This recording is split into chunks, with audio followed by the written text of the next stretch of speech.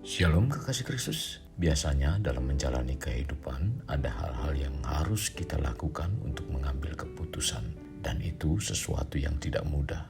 Para pendengar melekat dalam Tuhan, hari ini kita semua belajar bagaimana mengambil keputusan yang baik dan benar agar dalam menjalani hidup kita dapat mengalami terobosan di setiap aspek kehidupan pribadi kita. Mari kita berdoa. Tuhan Yesus, kami naikkan syukur kepadamu bila kesempatan yang indah pada saat ini kembali kami dapat menerima kebenaran firman-Mu melalui renungan ini Tuhan. Tuhan, pakai hamba-Mu untuk menyampaikan kebenaran firman-Mu. Bila firman yang disampaikan merupakan isi hati-Mu Tuhan. Melalui kesempatan yang indah ini kami buka hati dan pikiran kami untuk terus ditaburi dengan kebenaran firman-Mu. Sehingga firman-Mu lah yang menjadi satu kekuatan di dalam kerohanian kami dan keimanan kami Tuhan. Sehingga apapun yang kami hadapi dalam menjalani kehidupan, kami dapat mengambil keputusan bahwa firman-Mu lah yang menjadi jalan keluar dalam setiap persoalan kami Tuhan. Terima kasih Tuhan Yesus. Ini doa kami, dalam nama Tuhan Yesus kami berdoa. Amin. Melekat dalam Tuhan bertema keputusan mempercayai firman. Firman Tuhan terdapat dalam kitab Lukas 19 ayat 6. Demikian firman-Nya. Lalu Zakeus segera turun dan menerima Yesus dengan sukacita. Zakeus setelah mendengar kabar tentang Yesus, dia langsung mengambil keputusan untuk menjadi pengikut Yesus. Zakeus dalam bertindak dan mengambil keputusan bukan keputusan yang sesaat, tetapi dia melakukannya dengan mempercayai firman sebagai dasar dari keputusan yang ia lakukan. Bila berbicara dalam pengambilan keputusan, sesungguhnya setiap manusia, terlebih kita sebagai anak Tuhan, dalam melakukan pengambilan keputusan dengan tepat dan baik, untuk bertindak seperti yang selayaknya dimulai dengan mencari apa yang menjadi kehendak Allah. Karena Allah saat menciptakan manusia mempunyai kehendak agar manusia mengembangkan kerajaan Allah. Tentunya hal yang sangat menyenangkan hati Allah. Ketika manusia mencari kehendaknya dan dengan senang hati Allah mengungkapkan kehendaknya kepada manusia yang ingin menaati peraturannya. Dalam Amsal 13 ayat 13 mengatakan, siapa meremehkan firman, ia akan menanggung akibatnya. Tetapi siapa taat kepada perintah akan menerima balasan. Setiap keputusan yang kita ambil pada dasarnya ada dampak atau resiko yang kita terima. Demikian ketika kita mengambil keputusan yang berhubungan dengan Allah dan firman-Nya. Sikap kita dalam mengambil keputusan selayaknya sesuai hati Yesus yang selalu tunduk dan taat akan kehendak Bapa. Dan hal ini menjadi contoh dan teladan bagi kita sebagai pengikutnya. Dalam Lukas 2 ayat 42, Matius 6 ayat 10 mengatakan, bukanlah kehendakku melainkan kehendak-Mu lah yang terjadi. Proses pengambilan keputusan meliputi pertimbangan mengenai sikap atau tindakan. Keputusan adalah tindakan kehendak dan selalu dipengaruhi oleh pikiran, emosi, atau kedua-duanya.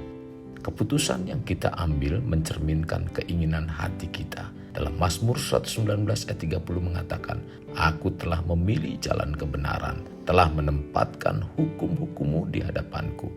Jadi pertanyaan yang penting dan perlu diajukan sebelum dalam mengambil keputusan ialah, apakah kita dalam memilih dan menetapkan keputusan untuk menyenangkan diri kita sendiri atau menyenangkan Tuhan? Yosua telah mencetuskan tolak ukurnya. Tetapi jika kamu anggap tidak baik untuk beribadah kepada Tuhan, pilihlah hari ini kepada siapa kamu akan beribadah. Tetapi aku dan seisi rumahku, kami akan beribadah kepada Tuhan. Tercatat dalam Yosua 24 ayat 15. Pengambilan keputusan akan menjadi sesuatu yang sangat sulit ketika terjadi pilihan yang melibatkan perasaan yang menyakitkan. Apabila hal ini terjadi, di mana keputusan yang diambil sesuatu yang menyakitkan, sedangkan keputusan yang diambil tersebut merupakan suatu kebenaran yang berdasarkan firman Tuhan, maka kita sangat membutuhkan kasih karunia-Nya. Keputusan yang kita ambil akan berdampak bagi kita, dan kita harus benar-benar siap menderita demi kemuliaan Kristus. Rasul Petrus mengingatkan kita agar kita mengikuti teladan Yesus dalam 1 Petrus 2 ayat 21. Sebab untuk itulah kamu dipanggil, karena Kristus pun telah menderita untuk kamu dan telah meninggalkan teladan bagimu, supaya kamu mengikuti jejaknya. Demikian juga dalam 1 Petrus 4 ayat 1. Jadi, karena Kristus telah menderita penderitaan badani, kamu pun harus juga mempersenjatai dirimu dengan pikiran yang demikian. Karena barang siapa telah menderita penderitaan badani, ia telah berhenti berbuat dosa. Kekasih Kristus, apakah kita hari ini ada yang ingin kita lakukan untuk mengambil keputusan? Bila ya, biarlah apapun yang sedang kita hadapi dalam menetapkan suatu keputusan yang bukan berdasarkan kepentingan sendiri, tetapi dengan keputusan mempercayai firman Tuhan.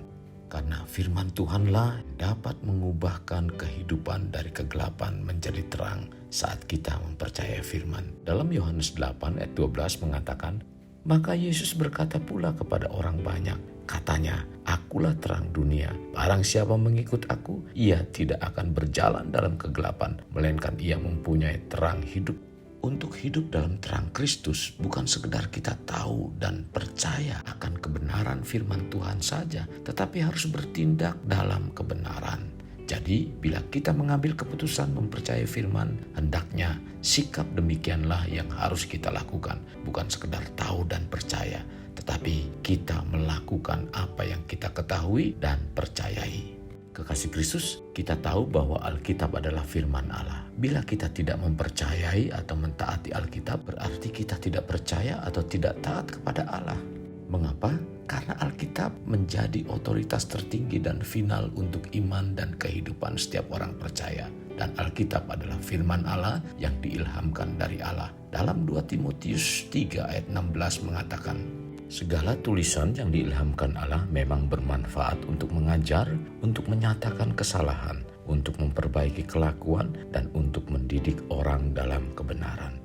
Bila kita sebagai orang percaya sudah menyatakan keputusan mempercayai firman Tuhan segalanya dalam kehidupan kita, hendaklah kita harus tunduk kepada otoritas Alkitab. Setiap keputusan yang kita buat menentukan hidup kita saat ini dan nanti. Kita perlu belajar mengambil keputusan yang sesuai dengan firman Tuhan sehingga kita menjadi semakin serupa dengan Yesus. Percayalah, hasil dari keputusan kita mendatangkan kebaikan. Tetaplah percaya bila kita mengambil keputusan berdasarkan firman itu merupakan kebenaran dan itu adalah sesuatu yang sesuai dengan perintah Tuhan. Karena ini merupakan kebenaran, percayalah bila keputusan kita berdasarkan firman adalah keputusan yang benar. Kekasih Kristus, mari kita alami terobosan hidup. Untuk mengalaminya, mulailah dengan mengenal prinsip-prinsip kerajaan Allah serta menjadi warga kerajaan. Kita berdoa, Tuhan Yesus, terima kasih buat kebenaran firman-Mu, di mana hari ini sungguh sangat mencerahkan kerohanian kami, membawa kehidupan rohani kami semakin terus diarahkan, agar kami mampu dalam menjalani hidup ini untuk dapat mengambil keputusan. Sekalipun itu mungkin sesuatu yang berat, yang sulit, biarlah kami mampu mengambil keputusan dengan benar.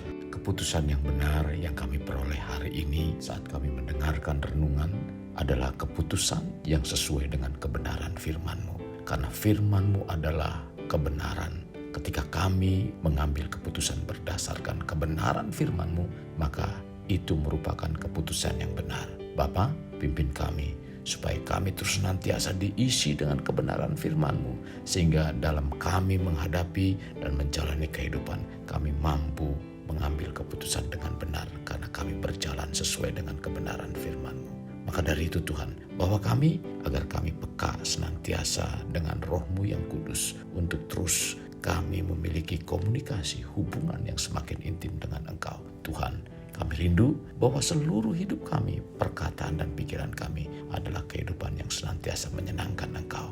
Ini doa kami, dalam nama Tuhan Yesus kami berdoa.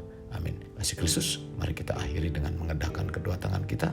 Terimalah anugerah berkat dari Allah Bapa, kasih sayang daripada Yesus Kristus dan persekutuan dengan Roh Kudus yang mencurahkan berkat secara rohani, berkat secara jasmani dan berkat secara ekonomi, di mana berkat Abraham, berkat Ishak, berkat Yakub dicurahkan dan dilimpahkan dari saat sekarang sampai Maranatha tiba, dalam nama Tuhan Yesus. Amin.